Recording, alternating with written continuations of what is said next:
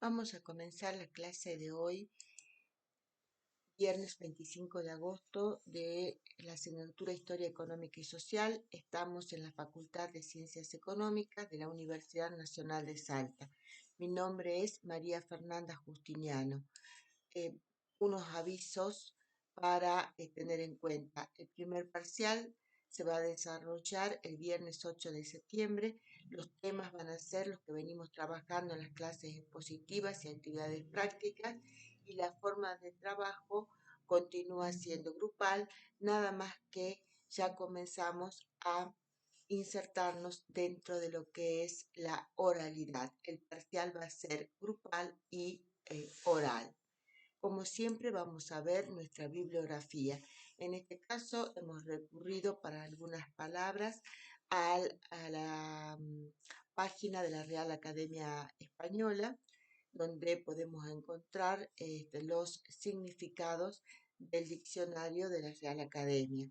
Por otro lado, a una página de la BBC, también a diferentes sitios para obtener datos estadísticos, como por ejemplo puede ser Freedom House, el caso de la página del Fondo Monetario Internacional. Y acá me olvidé de colocar en la bibliografía, pero también vamos a trabajar con la página sobre el mapa de la desigualdad, que está ideada y llevada adelante por todo el grupo que lidera Thomas Piketty. Por último, el texto de Immanuel Wallenstein, Abrir las ciencias sociales, que un poco nos ordena las ideas para trabajar tanto los temas de la unidad 1 como de la última unidad. Bien, vamos a avanzar ahora con este texto de Immanuel Wallenstein. El texto se llama Abrir las ciencias sociales, lo coordina Immanuel Wallenstein. ¿Qué, nos, qué, nos, qué se nos ofrece en este texto? En la década de 1990, la Comisión Gulbenkian eh, lleva adelante con una serie de estudiosos de la talla de Wallenstein, de Julian Koch y de todos estos que ven aquí, Ilya Prigogine, eh, un análisis de las ciencias sociales que termina en este informe que en inglés se va a publicar en el año 1996 y en el caso de castellano en el año 2006. Este informe se titula entonces Abrir las ciencias sociales, informe de la Comisión Gulbenkian para la reestructuración de las ciencias sociales. ¿Qué, qué nos propone este informe? Por un lado, nos propone una periodización de las ciencias sociales, y lo que aprendemos es que las ciencias sociales no son algo inmanente, permanente, sino que son una construcción histórica. Recuerden esto que hablamos en estas últimas clases, que las ciencias sociales tienen un lugar donde se originan, ¿no? Porque el conocimiento científico es un particular modo de conocer, y ese lugar es Europa. Cristalizan en el siglo XIX y en el siglo XX, y se pueden delimitar, según este informe, 5 momentos, ¿no? Un momento formativo que se tiene del siglo XIX hasta 1945, una etapa de consolidación y expansión que abarca desde la segunda posguerra hasta 1960, una tercera etapa de giro constructivista y precrisis entre los 60 y 70, de crisis en los 70 y en los 90, y de reestructuración epistemológica desde 1990 hasta la actualidad. Bien, esta periodización nos va a permitir ordenar no solamente el pasado de las ciencias sociales a partir de los datos proporcionados por Abrir las ciencias sociales, sino acá también estamos tomando elementos proporcionados por este texto que vimos citado en la diapositiva anterior de Mayra Espina Prieto, una socióloga cubana de mucha trayectoria en todos estos temas que estamos por comenzar a desarrollar. Y, y por otro lado, también nos va a servir para entender la propuesta de Piketty y por dónde está transitando las nuevas preocupaciones de esta nueva agenda, no solo de las ciencias sociales, sino también de la historia económica. Bien, tomando este mix entre Mayra Espina Prieto y el texto coordinado por Wallenstein, vamos a ver que entre 1850 a 1945, la etapa de formativa y de consolidación, hasta 1970, que podemos decir la crisis, 1970-1980, vamos a ver que las ciencias sociales transitan dentro de lo que es esta perspectiva que se puede llamar perspectiva simplista de la simplicidad eurocéntrica, que va a tener determinadas características y va a condicionar al conocimiento social resultante y también obviamente va a estar en relación con las necesidades geopolíticas de la época. A ver, ¿qué cosas caracterizan en esta primera etapas a las ciencias sociales? Por un lado, se van a caracterizar por la fragmentación. Esto para nosotros es muy importante porque la realidad es una y lo que hacemos aquí es una fragmentación de esa eh, realidad para, en este caso, que se supone para un mejor estudio. Pero bueno, lo que vemos aquí es que las ciencias sociales, por ejemplo, una primera fragmentación que hoy en día tiene un costo muy grande es entre ciencias sociales y ciencias naturales o ciencias de la naturaleza. Esto va a hacer que la relación entre la humanidad y el ambiente se empiece a considerar como algo natural y luego pase a ser algo del sentido común. Y hoy eso tiene el costo de que nosotros no nos asumimos como parte del ambiente y eso es un reclamo actual. También podemos pensar en fragmentaciones eh, disciplinares como la economía, la ciencia política, la humanidad, las humanidades, de la historia, eh, las fragmentaciones temporales, como por ejemplo el pasado que queda delimitado para la historia, el presente para la sociología, y de pronto esta fragmentación, si bien es operativa en este primer momento, hoy estas fragmentaciones son justamente un obstáculo para conocer la realidad. Em, Otra característica que vamos a encontrar en este periodo que va entre 1850 y 1945, que se caracteriza por este, mm, la formación y la consolidación de las diferentes disciplinas de las ciencias sociales, eh, va a hacer que estas van a desarrollarse en las universidades y las universidades se van a convertir en las organizaciones centrales para el trabajo y para la difusión a través de revistas especializadas que van a ir surgiendo en estos momentos. Las ciencias de este periodo van a tener una característica, van a ser estadocéntricas, van a estar al servicio de la formación de los estados nacionales que comienzan a a plasmarse con fuerza como una nueva forma de organización societal de las sociedades humanas justamente en el siglo XIX.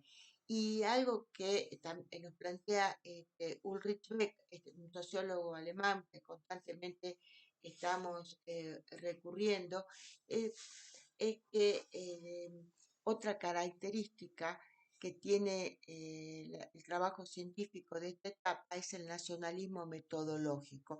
Es decir, que estos estados nacionales, estas formaciones sociales y nacionales, que son los países, se van a caracterizar por convertirse en la unidad de análisis sobre la que se mide y se investiga, se compara todo lo que se produce. Y esto también va a generar y se va a convertir en un obstáculo epistemológico. Y podríamos decir que es otra característica de esta fragmentación a la que se asiste en este periodo, eh, en esta idea de cómo vamos a conocer las realidades que estudiamos. Bien, por otro lado, también en esta etapa empiezan a tomar forma lo que más adelante, en la etapa posterior, ya se delimitan como las teorías de la modernización. Recuerden de esto que hablábamos. O sea, en esta teoría de la modernización ya pueden ser de izquierda como el marxismo o pueden ser las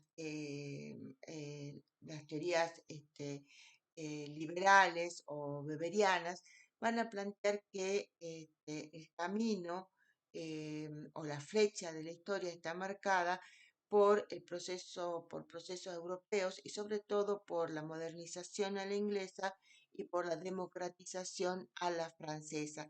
Esto va a hacer que Europa se convierta en la medida con la cual se mide todas las cosas y, y lo que vamos a observar es que estos procesos europeos se convierten en universales, es decir, las categorías con las que surgen estas disciplinas sociales en Europa se van a convertir en universales, se van a aplicar a todas las realidades. Muchas de estas cuestiones se van a acentuar en la etapa de, sobre todo de consolidación, pero te van también a surgir nuevos elementos. Por un lado, después de 1945 y finalizada la Segunda Guerra Mundial, muchos países tras la guerra van a independizarse. Un caso, por ejemplo, concreto es la India, que pertenecía al Imperio Británico y adquiere su independencia en 1948. De esta manera, todo un mundo que antes no era visto por estas cuestiones que estábamos hablando, comienza a ser reclamado para ser visto, y no solamente para ser visto, para ser estudiado y obviamente también para ser dominado. Recuerden que a partir de la Segunda Guerra Mundial, tras su finalización, el mundo se divide en dos grandes áreas de influencia, podríamos decir, y en dos grandes esferas, la comunista y la capitalista. La capitalista liderada ya por los Estados Unidos y la comunista liderada por Rusia. Entonces, hay todo un mundo no occidental que empieza a ser tomado en cuenta y comienza a plantearse que hay que pensar este mundo globalmente, actuar también globalmente, pero siempre manteniendo las claves estadocéntricas. Como veíamos en la clase pasada, este periodo se va a caracterizar por la instauración en el marco de las teorías de la modernización, de esta idea del crecimiento económico y del desarrollo.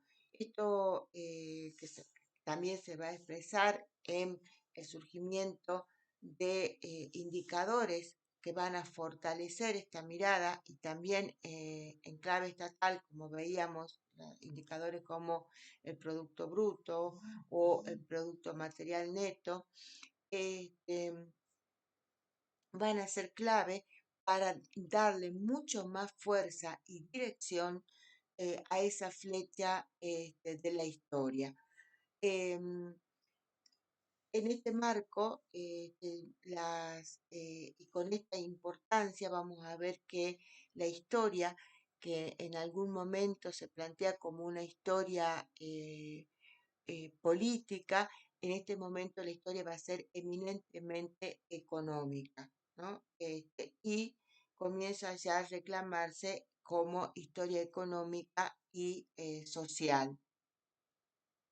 Van a ser clave los estudios comparados, pero ya al final del periodo comienzan a mostrarse ruptura de algunos enfoques tradicionales, como van a ser, por ejemplo, se van a consolidar el reclamo de los estudios de área y de ahí intentando superar esta fragmentación inicial, como también se va a reclamar la crisis se va a reclamar el fin de ese universalismo eh, de los conceptos europeos y, o sea, el fin del eurocentrismo y también se va a reclamar el fin del estructuralismo, que es algo que se consolida en esta etapa. El enfoque estructuralista es propio de esta etapa. En esto que decimos que se reclama el fin, que es una manera de decir, em, la etapa de crisis, estamos asistiendo a serios cuestionamientos entre que los filósofos han llamado giros, entre el principal de ellos el giro lingüístico, pero también podemos hablar de un giro cultural, de un giro material, de un giro constructivista. ¿Qué quiere decir esto? Que estos cuestionamientos están planteando justamente que tenemos que dejar de pensar las realidades como algo inmanente, ¿no? Y, y que tenemos que dejar de pensar en clave, por ejemplo, estructuralista y que vamos a encontrar las reglas del funcionamiento de lo social para empezar a mirar la realidad en clave constructivista, en clave de que las palabras son representaciones de realidades a las que tenemos que darle mucho, pero más, mucha y mayor importancia. Este, la realidad está mediatizada por esas palabras, ¿no? Y que los conceptos y los enfoques van a modificarse y vamos a tener, por ejemplo, vamos a asistir a ideas muy, muy concretas y ejemplificadoras que nos van a mostrar, por ejemplo, esto que creemos que los estados son realidades que siempre existieron, los estados nacionales, vamos vamos a ver cómo este, textos como por ejemplo Eric Hobsbawm y Teres Ranger, La invención de la tradición, nos van a mostrar cómo se inventan las ideologías nacionales y cómo también se fabrican las naciones, pensando también en otro texto de Hobsbawm.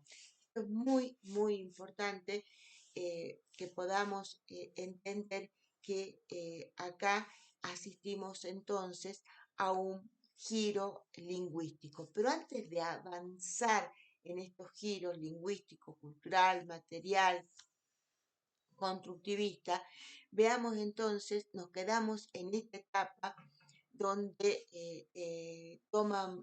son claves estas fragmentaciones y son claves también eh, las formaciones estatales nacionales como base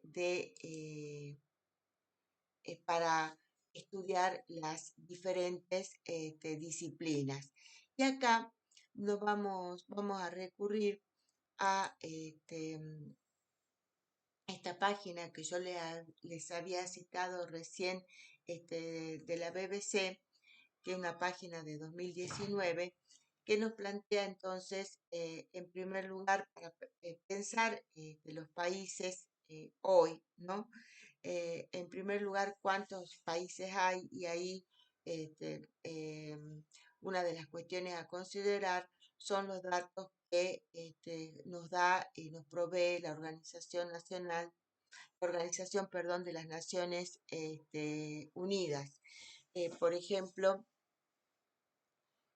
podemos, primero, las Naciones Unidas reconoce en estos momentos 193 países. eh, que un país reconocido tiene que ser un estado, tiene que tener un territorio definido, tiene que estar habitado con un grado de permanencia de sus habitantes, tener instituciones políticas y gobiernos propios, tener la independencia reconocida por otros estados soberanos e interactuar diplomáticamente. Esto vamos a tener, y por eso de aquí la diferencia de estos 193 países son estos los que están siendo reconocidos por otros como estados soberanos. Por ejemplo, tenemos el caso de la isla de Taiwán, que generalmente estamos observando últimamente muchísimos conflictos entre Taiwán y la República Popular China. Vamos a ver que una vez que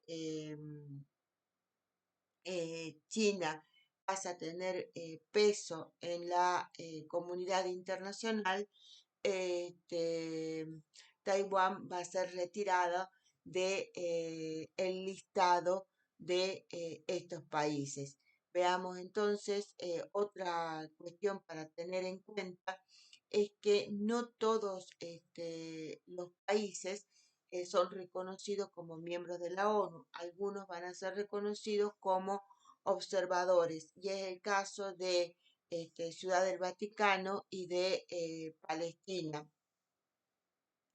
También otros países no tienen la cuestión resuelta y por lo tanto, si bien se pueden haber proclamado independientes, la ONU no los reconoce como tales. ¿Qué pasa si un país no es reconocido como tal? ¿No?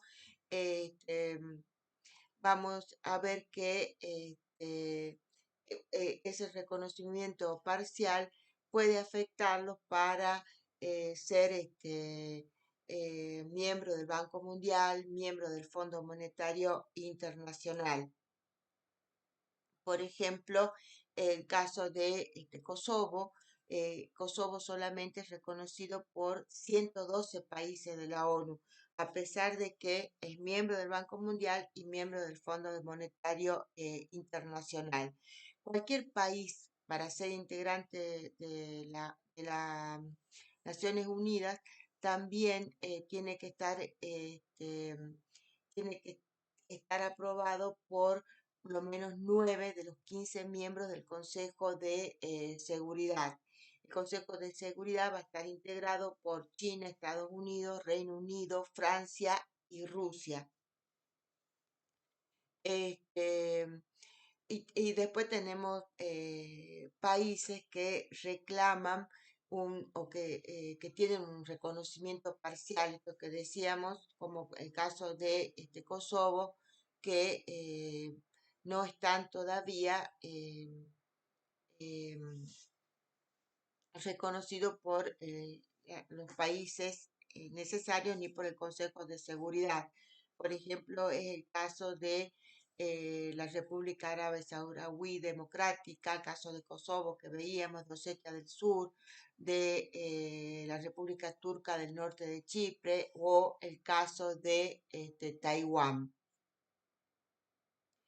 Este, bien, con esto vamos a ver que entonces fíjense, algo que se expande a partir de la primera, sobre todo de la Primera Guerra Mundial, esta forma que nos empezamos a organizar en, en estados nacionales.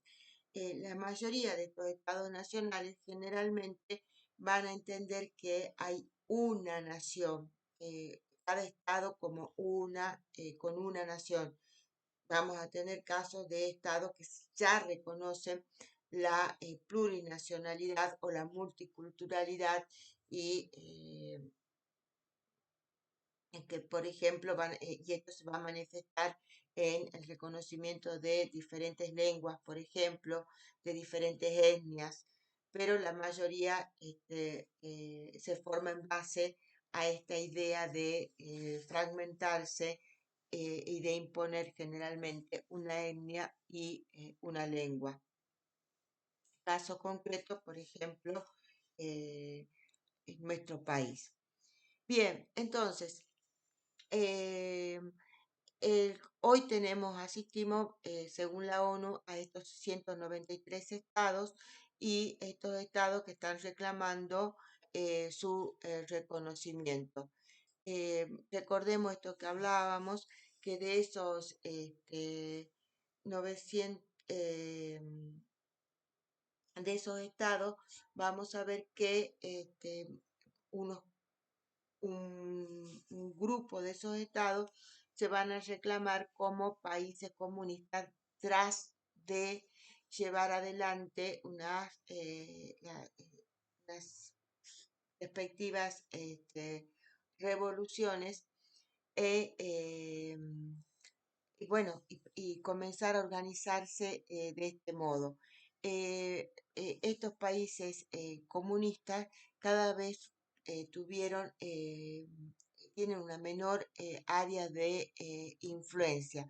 Acá, por ejemplo, en este mapa vemos que entre 1920 y en 1930, estos países, sobre todo eh, Rusia, eh, que después se va a llamar la Unión de las Repúblicas Socialistas Soviéticas, es el primer país comunista del orbe.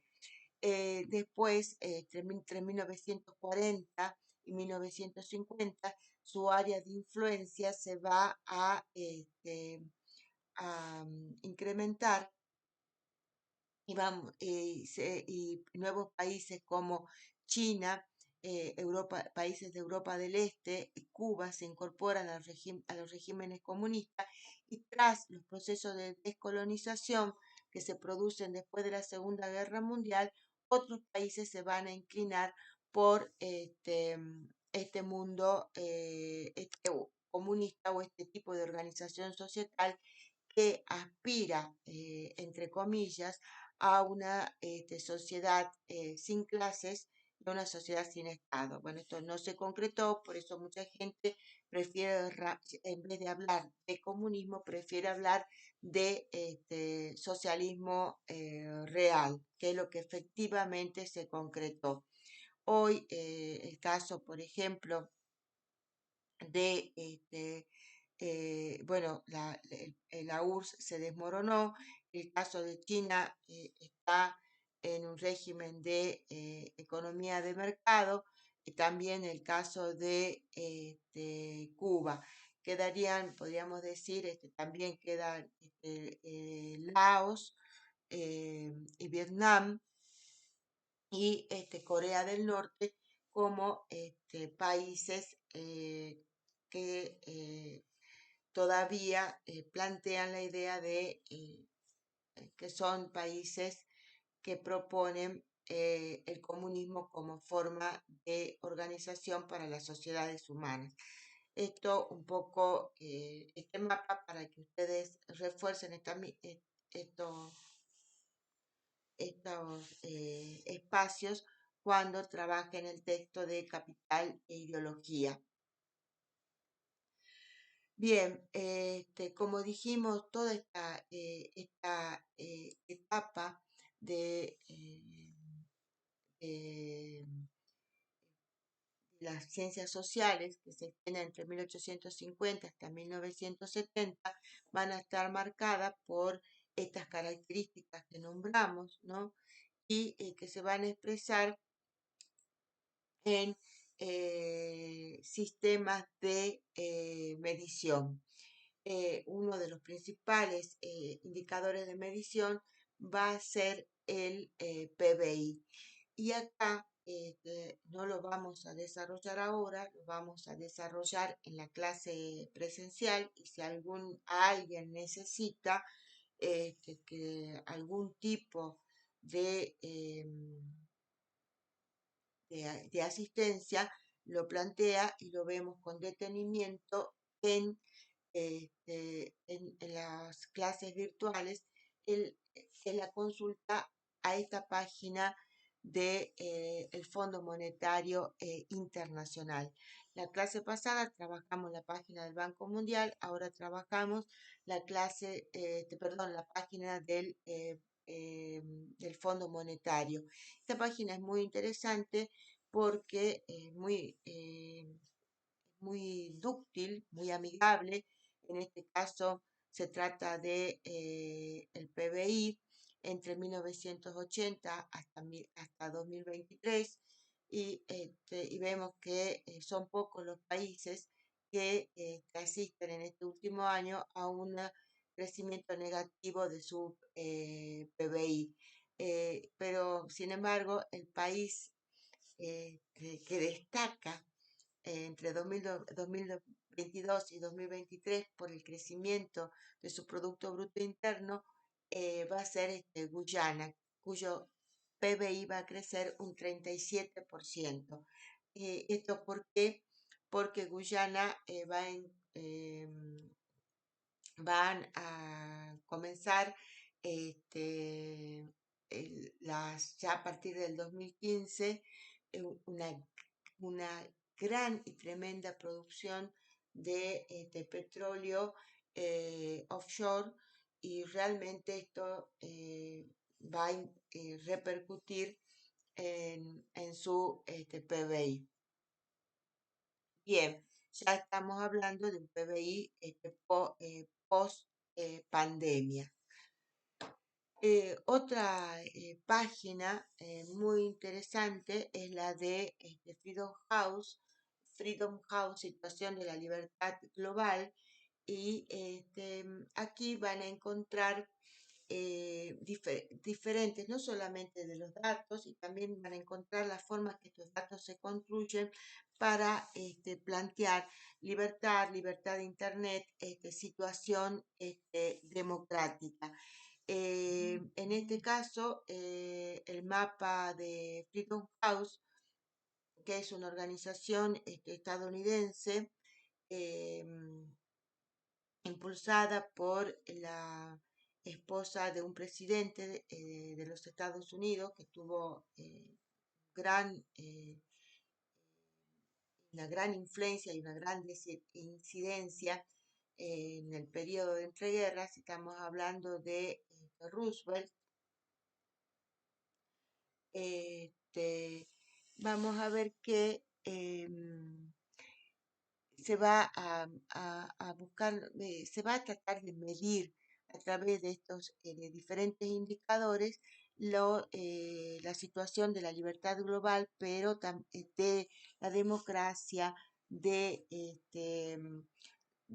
la libertad de Internet y otra serie de cuestiones, ¿no? Y fíjense esto que estamos viendo acá en este mapa para comenzar a ver cómo hay una gran parte del mundo que está caracterizada como o conceptualizada como no libre. Y esto tiene que ver con lo que están planteando muchos estudiosos sobre lo que se llama la tercera ola autocrática, ¿no? Los peligros que estamos teniendo en estos momentos de pérdida de nuestra calidad democrática, al punto de decir que determinadas regiones no son libres o parcialmente libres otras regiones. Obviamente, esto es igual que los demás indicadores, son, construcciones de la realidad, pero que son discutibles, que no son, y lo que hablábamos en la clase pasada, esto son también formas de leer que tienen obviamente que entrar en discusión, pero todo esto nos tiene que preocupar, porque esto es lo que está pasando en el mundo hoy y a esto sumado todas las preocupaciones ambientales que tenemos devenidas del efecto invernadero y también las preocupaciones en torno a lo conflictivo que se ha vuelto el mundo y en este sentido la guerra entre Ucrania y Rusia tras la invasión de Rusia a los territorios ucranianos. Bien, em, vamos a ver que ya para introducirnos en el texto de Capital e Ideología y en la nueva agenda que nos propone y que se observa en Capital e Ideología, vamos a ver que tras las los planteos y los cuestionamientos que empiezan a emerger, sobre todo en la etapa de crisis y de precrisis y de crisis, en las ciencias sociales se van a dar una serie de renuncias, abandonos, mutaciones y otros inicios, ¿no? Y de esto, la historia económica no se va a ver apartada, va a participar de todo esto, no solamente como historia económica, sino también el campo disciplinar de la historia, y en el caso de la historia económica también por esto de que es parte, digamos, este, de una de un solapamiento entre dos disciplinas como la historia y la economía. Bien, ¿cuáles son y por qué hablamos de renuncias, abandonos y otros inicios? Acá recurrí a la Real Academia Española que nos dice, y estas son cuestiones que me gustan, ¿no? A mí, ¿no? Para decir qué es la renuncia, ¿no? La dejación voluntaria de algo que se posee o del derecho a ella. ¿No? ¿Qué es el abandono? Es una renuncia sin un beneficiario determinado, con pérdida del dominio o posesión, ¿no? Y que la mutación, es mudar o mudarse, ¿no? Es un cambio de escena que se realiza variando el telón y los bastidores. Y estas definiciones vienen al caso para pensar entonces a qué se renuncia, qué se abandona. Se abandonan mucho de lo que se eh, venía condicionando el trabajo de las ciencias sociales en el periodo anterior. Hay un intento de abandonar el nacionalismo metodológico, ¿no? Y de avanzar hacia la perspectiva global. Por otro lado, abandonar las perspectivas de la teoría de la modernización y plantearnos la existencia de múltiples bifurcaciones, es decir, no se debe leer en clave de el excepcionalismo europeo, hay que abandonar esa idea de la universalidad del occidental y también otra cuestión muy importante, abandonar esa fragmentación entre la relación sujeto-objeto, plantearnos que quienes investigan son parte de la realidad y parte de la realidad es también el ambiente. ¿Qué quiere decir esto? Que está una idea muy fuerte de superar esta fragmentación inicial entre sociedad y naturaleza. ¿Qué es lo que se propone entonces? Se propone pensar que la sociedad, el enfoque del estudio de las sociedades no es de un reduccionismo o de una simplicidad que es lo que caracterizó al periodo anterior, sino que al contrario estamos ante una sociedad muy compleja, sociedades complejas que requieren también perspectivas complejas de análisis. Entonces, ¿qué, qué implica estas perspectivas complejas de análisis? Implica reconocer la interdisciplinariedad, es decir, esto que nos plantea el título del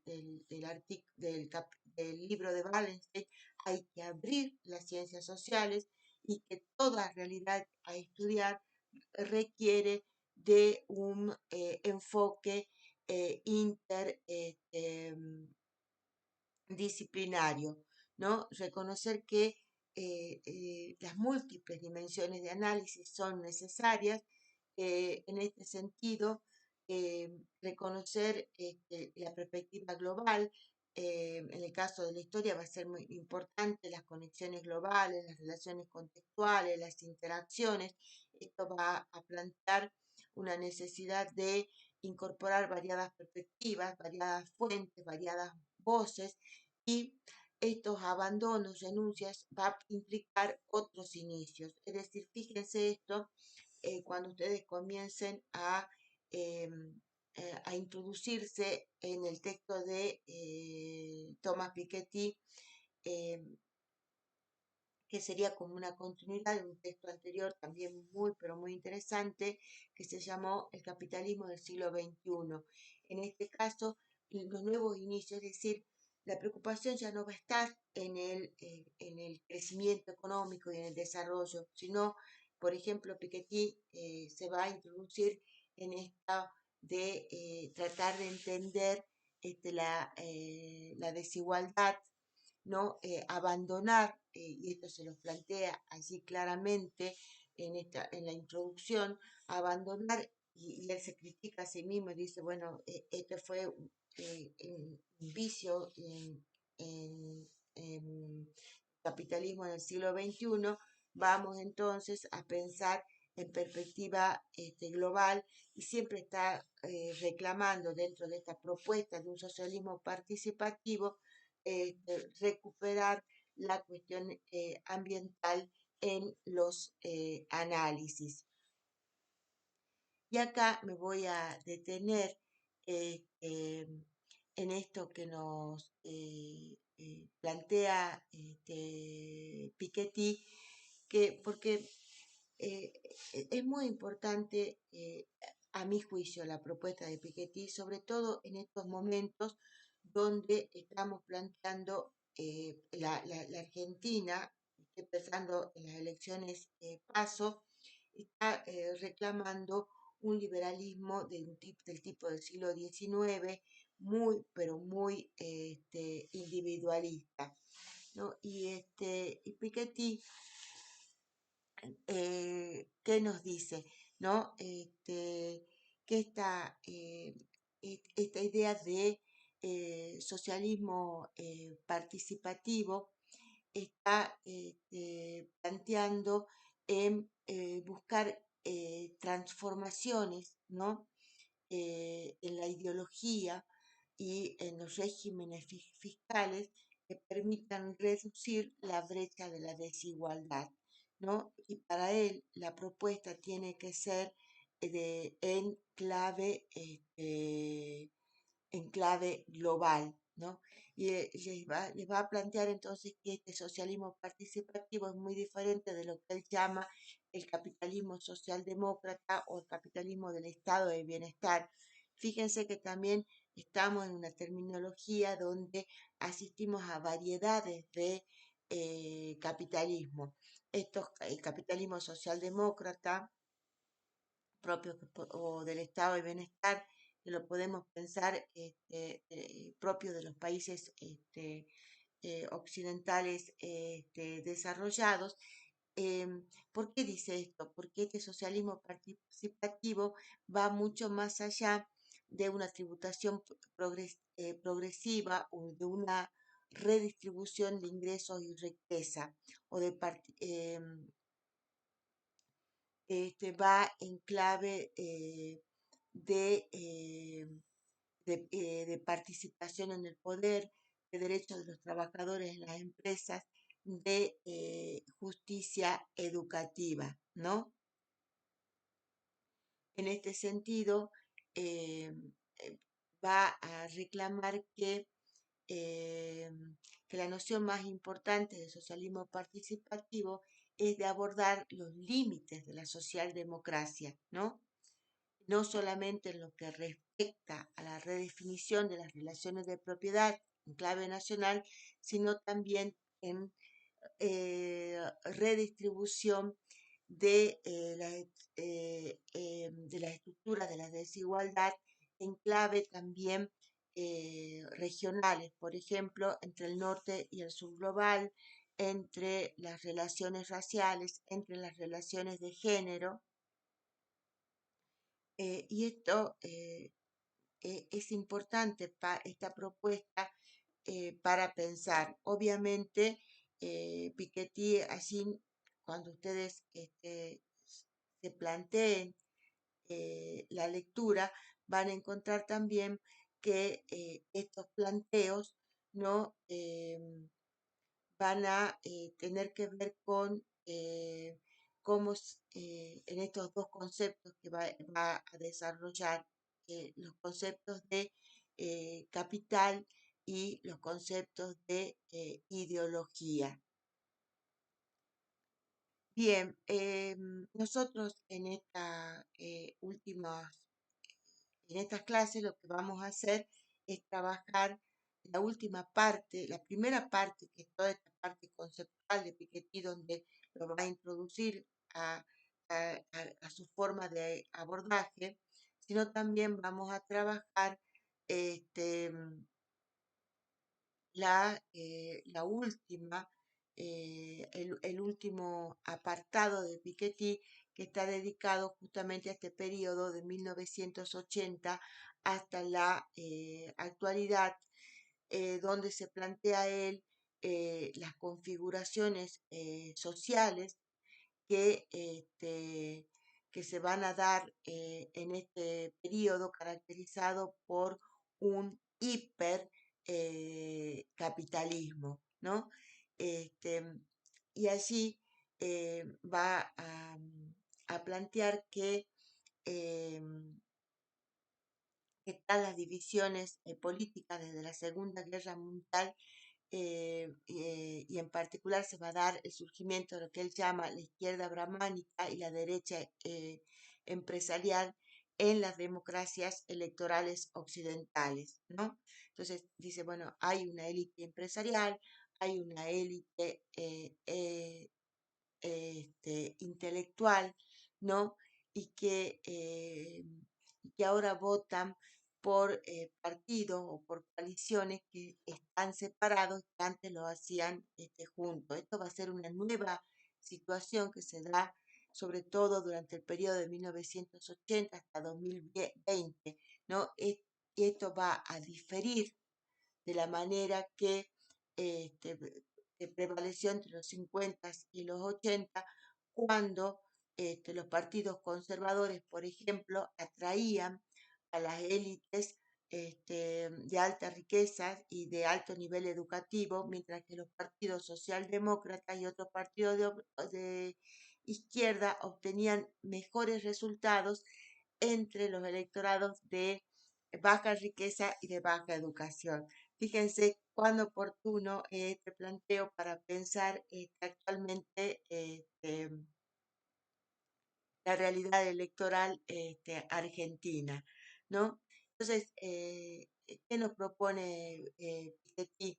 Que este surgimiento de estos sistemas de partidos de múltiples élites y el colapso de los partidos de clases de la etapa anterior son importantes para entender cómo a partir de 1980 y tras el desmoronamiento de la Unión de las Repúblicas Socialistas Soviéticas, vamos a ver que hay una disminución de la ambición redistributiva en las plataformas e ideologías socialdemócratas. ¿Y qué vamos a decir de las que no son ni siquiera social demócratas? ¿Mm?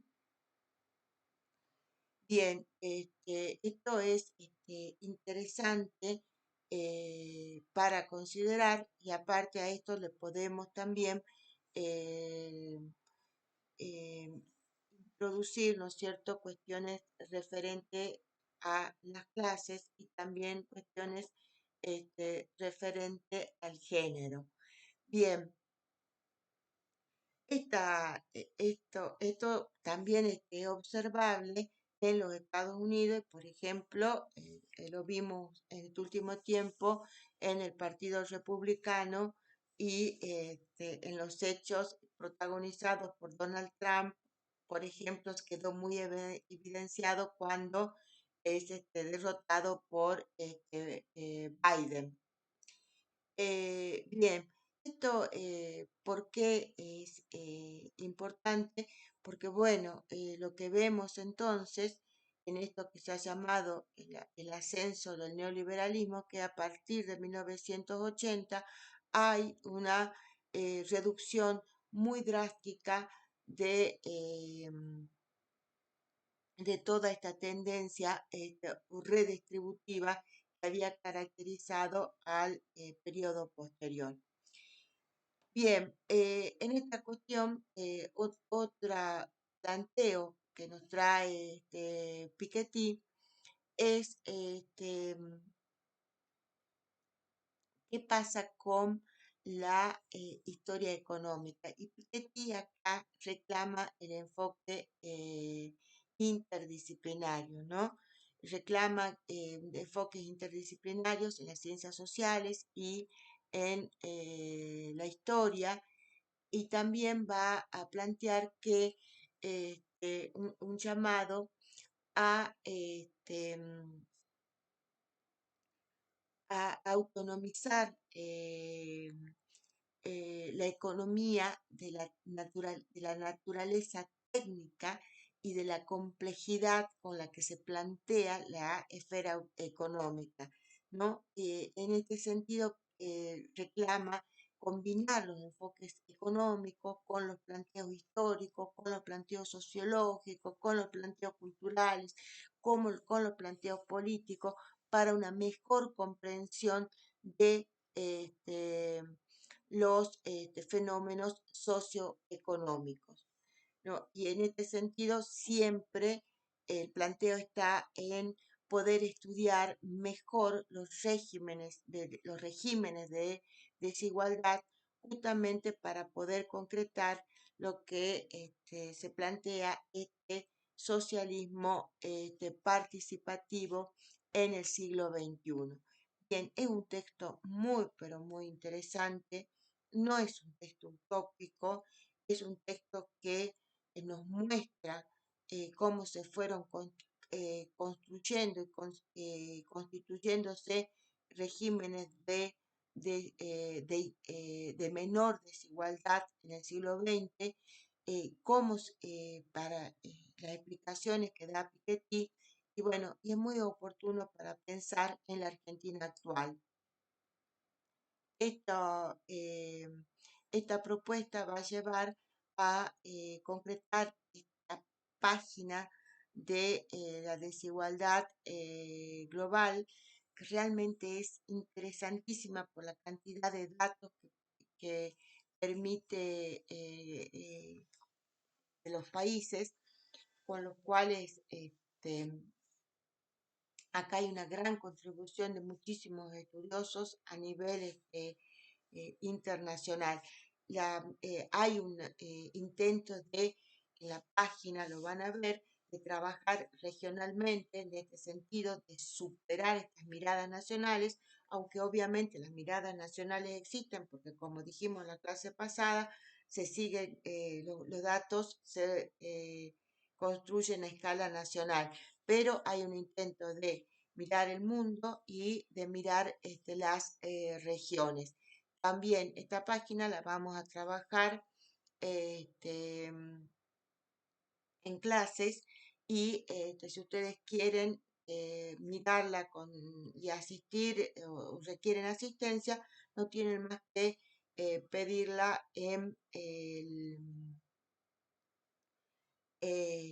por vía virtual, porque la mejor manera es el trabajo virtual que nos permite un contacto eh, vía internet.